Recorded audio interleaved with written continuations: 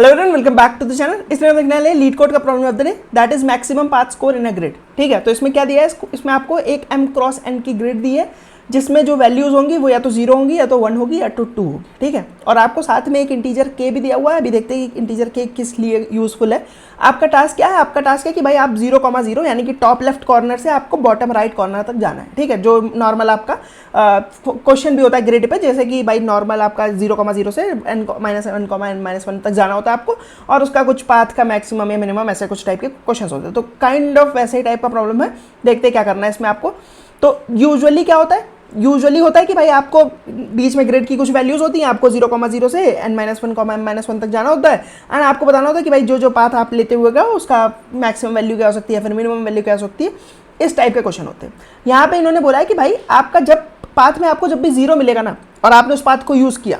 तो आपका जो स्कोर होगा उसमें 0 ऐड होगा, और साथ में आपको एक 0 की कॉस्ट भी लगेगी। ठीक, 0 की कॉस्ट का कोई सेंस नहीं बन रहा, ऑल्दो देखते हैं आगे। आगे आपका 1 दिया है कि अगर भाई किसी सेल पे 1 है और आपने उसको क्रॉस किया है, तो उस केस में आपको स्कोर में आपका 1 ऐड होगा एंड आपको कॉस्ट भी 1 की लगेगी।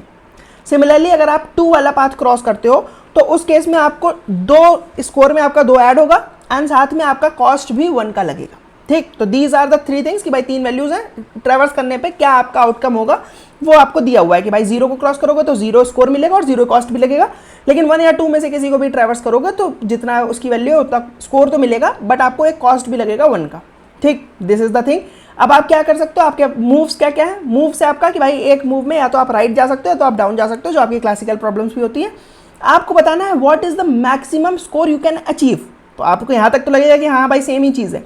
लेकिन आपको बोला है कि भाई आपको जो पाथ यूज़ कर रहे हो ना, उस पर जितना आपको कॉस्ट देना पड़ा है, दैट शुड नॉट एक्सीड आपका जो इनिशियली आपको के दिया हुआ है। तो के से ज़्यादा कॉस्ट नहीं खर्च होना चाहिए, और के से ज़्यादा कॉस्ट ना खर्च करते हुए what is the maximum that you can achieve. ठीक, तो ये आपको बताना है कि भाई what is the maximum that you can achieve जब आप के से ज़्यादा कॉस्ट नहीं खर्च कर रहे हो। ठीक, अगर आप कोई भी पाथ नहीं एग्जिस्ट करता तो उस केस में आप -1 रिटर्न कर दो, एंड मतलब कि अगर सारे पाथ ही आपका के से ज़्यादा ही एक्सीड कर रहे हैं तो उस केस में आप -1 रिटर्न कर दो। ठीक, तो अब देखते हैं इसको किस तरीके से हम अप्रोच कर सकते हैं। तो पहले देखो मैं कहता हूँ कि भाई ये जो आपका कॉस्ट वगैरह वाली चीज़ लग रही है कि भाई केस एक्सीड नहीं होना चाहिए, यहाँ पे आपको थोड़ी कन्फ्यूजन हो सकती है। तो मैं कहता हूँ पहले सिंपल से लेके चलते हैं, फिर धीरे से हम इसमें कॉस्ट भी ऐड कर देंगे। तो पहले मैं कहता हूँ कि अगर मान लो आपके पास एक नॉर्मल सी मैट्रिक्स होती, ठीक, इसमें मान लो वैल्यूज़ कुछ भी होती, 0 1 2 इस तो आपके लिए सिंपल हो जाएगा, बट अगर कुछ भी वैल्यूज़ होती तो हम इसको किस तरीके से सॉल्व करते हैं पहले ये देखते हैं हम। तो अभी मान लो 0 1 2 ही लेके चलते हैं। तो मान लो 0 है, किसी की वैल्यू 1 है, किसी की वैल्यू 1 है, 2 है, 3 है, 2 है, 1 है, 3 कहाँ से आ गया, बट ठीक है 3 भी होती तो कोई दिक्कत नहीं होती, सेम ही अप्रोच होती है हमारी। ठीक तो देखते हैं कि क्या करते गए हम इसमें एक्चुअल में। तो हम कहते हैं कि भाई हमें मान लो इस सेल से यहाँ वाले सेल तक जाना है। ठीक, इस सेल से इस सेल तक जाना है, what is the maximum that we can achieve. तो उस केस में हम बोलते हैं कि भाई आपको सारे पाथ एक्सप्लोर करने पड़ेंगे। ठीक है, आप क्या कर सकते हो, आप राइट या डाउन वाला मूवमेंट लगा सकते हो, एक बार में या तो राइट जा सकते हो तो डाउन जा सकते हो। तो सारे पाथ एक्सप्लोर करने पड़ेंगे, and what is the maximum that you can achieve आपको तब पता चल जाएगा सारे पाथ का जो भी मैक्सिमम होगा। तो भाई हम कहते हैं कि इंस्टेड ऑफ डूइंग दैट हम क्या करते हैं, हम उसमें डीपी लगाते हैं कि भाई सारे पाथ अगर यूज करेंगे तो रिकर्जन हो जाएगा हमारा। ठीक, कि भाई बहुत सारे पाथ, क्योंकि डीपी कैसे लग सकती है, क्योंकि बहुत सारे जब पाथ्स होते हैं तो they can lead to a same particular square. जैसे कि मान लो मैं 0 से स्टार्ट किया, मैं राइट गया, फिर राइट गया, फिर डाउन गया तो 1 पे आ गया। ठीक, अब 1 से बहुत सारे पाथ्स हो सकते हैं मेरे 2 तक के इसका यूज मेरे को दोबारा भी पड़ेगा। कब पड़ेगा कि भाई मान लो मैंने 0 से स्टार्ट किया, डाउन गया, राइट गया, फिर से डाउन आया, तो 1 पे आया फिर से। तो 1 तक का मेरे पास अगर मैक्सिमम स्कोर पड़ा हो कि भाई 1 से लेके अगर मेरे को -1 m-1 तक जाना है तो what is the maximum score that we can achieve. अगर ये वैल्यू मैं स्टोर करके रख लूँ तो भाई फिर इस पाथ से जाने पे तो एक बार स्टोर करनी पड़ेगी मेरे को, लेकिन दोबारा जब इस पाथ से आया तो मेरे को दोबारा नहीं स्टोर करनी पड़ेगी। सिमिलरली जब अगर मान लो इस पाथ से भी आया तो भी नहीं स्टोर करनी पड़ेगी, अगर मेरे को इस पाथ से मान लो मैं आया तो भी नहीं मेरे को दोबारा कंप्यूट करनी पड़ेगी। तो इस तरीके से आपका लॉजिक आता है कि भाई रिकर्जन से आपको डायनेमिक प्रोग्रामिंग पे कैसे आ रहा हो कि भाई फॉर एनी पर्टिकुलर सेल अगर आप उसकी वैल्यू स्टोर कर लो कि भाई इस i, j से n-1, m-1 तक जाने में what is the maximum score that you can achieve. तो उस केस में आपको जिस भी सेल से आ सकते हो, मान लो इस सेल से आप इसके राइट जा सकते हो, इस सेल से इसके डाउन जा सकते हो। ठीक, तो दोनों का जो स्कोर होगा बेसिकली उसमें आप इसका स्कोर ऐड करना चाहोगे और दोनों में से जो भी आपको मैक्सिमम दे रहे होंगे उनका मैक्सिमम ले लोगे एंड देन आप अपना स्कोर उसमें ऐड कर दोगे। ठीक है, तो ये आपका ट्रांजिशन हो गया क्या कि भाई आप अगर राइट और डाउन मूवमेंट अगर केवल पॉसिबल है आपके लिए, तो अगर आप i, j पे खड़े हो और आपको डीपी ऑफ i, j की वैल्यू कंप्यूट करनी है तो उस केस में आप क्या बोलोगे, आप बोलोगे कि भाई दिस विल बी कि भाई क्या मेरे को स्कोर मिल रहा है, what is the score of this particular cell which is nothing but DP of score of i comma j. इसमें आप क्या ऐड करोगे, इसमें आप ऐड करोगे कि भाई यहाँ तक तो मैं आ गया, अब मेरे को इससे राइट जाऊंगा तो किस सेल पे पहुंचूंगा, इससे राइट जाऊंगा तो मैं पहुंचूंगा बेसिकली मेरा जे में +1 होगा, तो इससे राइट जाऊंगा तो मैं पहुंचूंगा डीपी ऑफ आई कॉमा जे +1 पे, ठीक। और इससे डाउन जाऊंगा तो मैं पहुंचूंगा डीपी ऑफ आई +1 कॉमा जे पे। तो इन दोनों में से जो भी मेरे को मैक्सिमम वैल्यू देगा उनकी मैं मैक्सिमम वैल्यू उठा लूंगा और उसको अपने स्कोर में ऐड कर दूंगा, तो मेरे को पता चल जाएगा कि भाई मेरे से लेके n-1 कॉमा m-1 तक जाने पे what is the maximum score that I can achieve, ठीक। तो ये तो आपकी हो गई सिंपल वाली प्रॉब्लम, जिसमें आप इसको n क्रॉस m में कर सकते हो, क्योंकि आपके n क्रॉस m स्टेट्स होंगे और हर एक स्टेट की वैल्यू कंप्यूट करने के लिए आपको केवल 2 ही रोज की वैल्यू चेक करनी पड़ रही है, ठीक। तो अगर आप इसको मेमोराइज कर दोगे तो ओवरऑल आपका n क्रॉस m टाइम और n क्रॉस m स्पेस में हो जाएगा काम।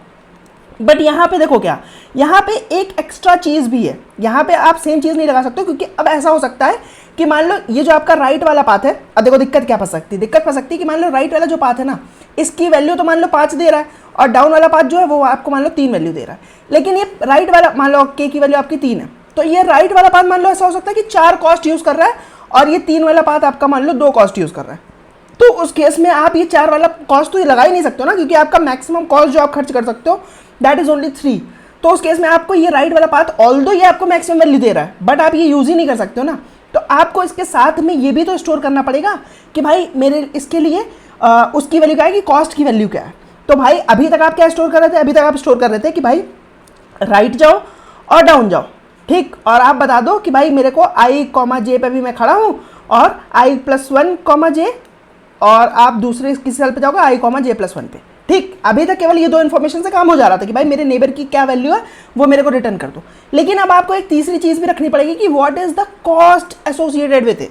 कि भाई आई कॉमा जे यानी कि सेल की वैल्यू तो ठीक है, किस सेल पे खड़े हो वो तो ठीक है, लेकिन कितना कॉस्ट खर्च करके ये स्कोर मिल रहा है ये भी तो मेरे को चाहिए होगा। तो बेसिकली आपका डीपी में एक और पैरामीटर ऐड हो जाएगा, ठीक। तो इसको हम बोलेंगे कि एक और स्टेट ऐड हो गई हमारे पास। अब देखो 3 चीजें हैं कि व्हाट इज द रो की value, what is the column की value and what is the cost की वैल्यू। अब इससे associated what is the maximum score that you can achieve, score that can be achieved, ठीक। ये चीज़ अब हम basically अपनी डीपी में स्टोर करेंगे, ये हमारी चीज़ डीपी में स्टोर हो जाएगी। तो अब अगर ये चीज़ें हमारा इतने साइज़ की डीपी बनाना पॉसिबल है तो फिर तो हमारा काम हो जाएगा, फिर हमको कोई दिक्कत ही नहीं है। देखते हैं क्या इतने साइज़ की डीपी बनाना पॉसिबल भी है कि नहीं। तो देखो आई और जे की वैल्यू यानी कि एम और एन की वैल्यू 200 तक जा सकती है, तो यानी कि ये हो गया 200 क्रॉस 200, ठीक। और तीसरी चीज़ जो है आपकी वो है के की value, what is the maximum के, क्योंकि उतना ही कॉस्ट आपको मैक्सिमम खर्च कर सकते हो आप, तो के की वैल्यू आपकी 1000 तक है, तो यानी कि इंटू 1000 भी हो जाएगा, ठीक। तो अगर आप देखो तो दिस इज नथिंग बट 4 × 10⁻7 के आसपास है, तो this can be easily stored, आपका 4 × 10⁻7 आपका विद इन द बाउंड्स होता है, ठीक है। तो इतना आप टाइम भी यूज़ कर सकते हो, इतना स्पेस भी यूज़ कर सकते हो। तो इसका मतलब कि भाई ये स्टेट आप परफेक्टली रख सकते हो, बस आपको ट्रांजिशन किस तरीके से मैनेज करने हैं वो आपको देखना है कि भाई ट्रांजिशन आपके जो होने चाहिए वो आपके एक कांस्टेंट टाइम में काम हो जाना चाहिए, ठीक है, क्योंकि अदरवाइज उसका भी आपका टाइम ऐड हो जाएगा। तो हम देखते हैं कि ट्रांजिशन किस तरीके से हमारा प्रोसेस होंगे। तो देखो भाई मैं कहता हूँ कि भाई मेरा टास्क क्या था, जब मैंने 0,0 से स्टार्ट किया था तब मेरा टास्क था कि भाई मेरे को n-1 m-1 पे पहुंचना है और मेरे पास कॉस्ट कितना था, मेरे पास कॉस्ट पूरा बचा हुआ था, ठीक। तो मैं कहता हूँ कि भाई यहाँ पे मैंने अभी तक 0 कॉस्ट यूज़ किया है, अब मैं किसी भी सेल पे जा सकता हूँ, किसी भी सेल पे जा सकता हूँ जिस पे जाने पे मेरा कॉस्ट जो है, जिस भी सेल पे जाने पे मेरा कॉस्ट जो है वो के से एक्सीड ना करे। जैसे ही के से एक्सीड करेगा वैसे ही मैं कह दूंगा कि भाई मैं एक गलत सेल पे जा रहा हूँ, ठीक। वैसे ही मैं बोलूँगा कि भाई मैं एक गलत सेल पे जा रहा हूँ। लेकिन अगर भाई मैं मेरा कॉस्ट एक्सीड नहीं करेगा तो फिर मैं यहाँ पे क्या स्टोर कर लूँगा, यहाँ पे स्टोर कर लूँगा कि 0,0 से इस पर्टिकुलर सेल तक आने में what is the maximum score that I have achieved, और उसका कॉस्ट क्या है वो भी मेरा साथ में पड़ा होगा। तो यानी कि आई कॉमा जे पे आया हूँ, इतना कॉस्ट यूज़ करा हुआ है मैंने, and this is the maximum value that I have achieved so far. अब आपका आंसर कहाँ पे पड़ा होगा, आंसर तब आपको मिलेगा जब आप लास्ट वाले सेल पे पहुंच जाओगे, कि भाई लास्ट वाले सेल पे जैसे आप पहुंचे आपको मिला कि भाई मैं n-1 m-1 पे आ गया हूँ, तो उस केस में आप बोलोगे कि भाई अगर आप लास्ट वाले सेल पे आ गए तो इसका मतलब कि और आपने कॉस्ट जो है वो आपका के से कभी एक्सीड नहीं हुआ है, तो जो भी इसकी वैल्यू है वो आप डायरेक्टली रिटर्न कर दो कि भाई इतनी स्कोर आपको और मिल गया है, ठीक। अगर आप कभी भी बाउंड से बाहर चले जाते हो तो उस केस में आप कुछ भी एक इंट मिन टाइप की वैल्यू रिटर्न कर सकते हो कि भाई मैं बाहर आ गया हूँ, इस वाली वैल्यू को मेरे को काउंट मत करना कभी भी, ठीक, क्योंकि हमें मैक्सिमाइज करना तो आप इंट मिन ले सकते हो, हमेशा वो सेफ रहेगा आपके लिए। तो देखो अब क्या क्या किया हमने, कुछ भी नहीं किया, हमने बस जो नॉर्मल सिंपल हमारा डीपी होती थी कि भाई मैक्सिमम स्कोर कैसे निकालते थे, उसमें ही बस हमने कहा कि भाई एक कॉस्ट वाली स्टेट भी चाहिए होगी, क्योंकि ऐसा हो सकता है कि भाई जो केवल स्कोर देख के मैं नहीं बता सकता हूँ कि कौन सा स्कोर मेरे को चूज करना है, मेरे को उसके साथ एसोसिएटेड कॉस्ट भी देखना पड़ेगा, क्योंकि मेरे को एक कंडीशन दी है कि भाई के से एक्सीड नहीं होना चाहिए। तो जैसे ही मैंने कॉस्ट देख लिया, अगर दोनों कॉस्ट मेरे के से कम है तो फिर जो भी मैक्सिमम वाला कॉस्ट है वो मैं ईजिली पिक कर सकता हूँ। ठीक, तो अगर इसको हम कोड देखें तो कोड में देखो ज़्यादा चेंज नहीं आएगा, जो आपका सिंपल सा कोड होता है वही सेम ही रहेगा ऑलमोस्ट। तो हम क्या क्या पास करते हैं, देखो हम सॉल्व फंक्शन में पास करते हैं 0 0, विच इज़ कि हम कहाँ से स्टार्ट कर रहे हैं 0,0 से, यानी आई और जे की वैल्यू, एंड आपको ग्रिड वगैरह पास करना है, आपको के की वैल्यू पास करनी है कि what is the maximum exceed जिसको नहीं करना है कॉस्ट को, एंड देखो एक जीरो हम पास कर रहे हैं, this zero is nothing but कि अभी क्या कॉस्ट हम यूज़ कर चुके हैं। तो इनिशियली तो आप जीरो कॉस्ट यूज़ करे होगे, ठीक, और साथ में आपने डीपी भी पास करी। अब देखो क्या करना है हम यहाँ पे देखो ये सी हमारा कॉस्ट है कि अभी तक क्या कॉस्ट यूज़ किया है, आई जे है कि किस सेल पे खड़े हैं। अब हम क्या करना चाह रहे हैं, हम देखो पहले पूछ रहे हैं कि भाई क्या आप बाहर तो नहीं निकल गए, अगर आप बाहर निकल गए तो उस केस में इंटरमिन वापस कर दो, अदरवाइज अगर ये आप इसकी वैल्यू ऑलरेडी कंप्यूट कर चुके हो, यानी कि ये मेमोराइजेशन की कंडीशन है कि भाई इस स्टेट की वैल्यू ऑलरेडी कंप्यूट हो चुकी है, तो आप डायरेक्टली रिटर्न कर दो, दोबारा कंप्यूट मत करो, ये आपका मेमोराइजेशन हो गया। ठीक, अब उसके बाद आपको देखना है कि भाई स्कोर और कॉस्ट क्या आपको मिलेगा इस सेल को विजिट करके। तो अगर ग्रिड ऑफ आई जे की वैल्यू 1 है तो आपको 1 का स्कोर मिलेगा, 1 का कॉस्ट यूज होगा, अगर 2 है तो 2 का स्कोर मिलेगा, 1 का कॉस्ट यूज होगा, एंड अगर कुछ नहीं तो आपको 0 का स्कोर मिलता है, अगर 0 है उसकी वैल्यू तो 0 का स्कोर मिलता है, 0 का कॉस्ट मिलता है, तो उसको ऐड करने का मतलब नहीं, वो ऑलरेडी हमने ले रखा है।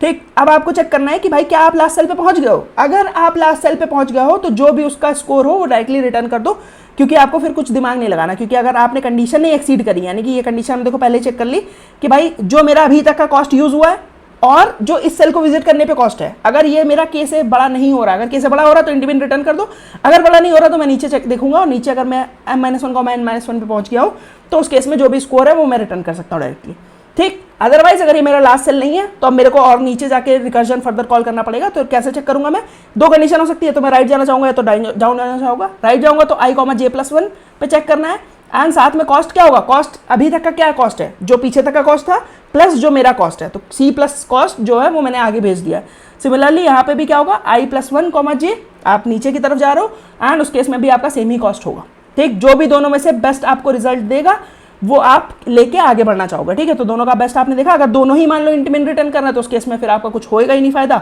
आपको इंटरमिन ही रिटर्न करना पड़ेगा। अदरवाइज आप अपना वाला स्कोर भी उसमें ऐड कर दोगे कि भाई ये स्कोर मेरे को मैक्सिमम मिल रहा है, इसमें मैंने अपना भी स्कोर ऐड कर दिया। ठीक, और वो आप रिटर्न कर दोगे, और यहाँ पे हम मेमोराइज वगैरह कर रहे हैं। ठीक, तो काफ़ी डिफिकल्ट नहीं थी, सिंपल स्टैंडर्ड जो आपकी टीपी की प्रॉब्लम होती है वैसी ही प्रॉब्लम थी, क्योंकि इसमें देखो कंस्ट्रेंट भी थोड़े छोटे थे जिसमें आप तीनों चीज़ों को एक साथ मेमोराइज कर सकते थे। ठीक, तो उम्मीद करता हूँ कि आपको समझ में आएगा। अगर किसी भी पार्ट में कोई डाउट लग रहा है तो आप मेरे से कमेंट सेक्शन में पूछ सकते हैं, I would love to answer that. अगर आपको वीडियो पसंद आए तो उसको लाइक कर देना, चैनल को सब्सक्राइब कर देना। मैं मिलता हूँ आपसे किसी और वीडियो में, तब तक के लिए बाय बाय।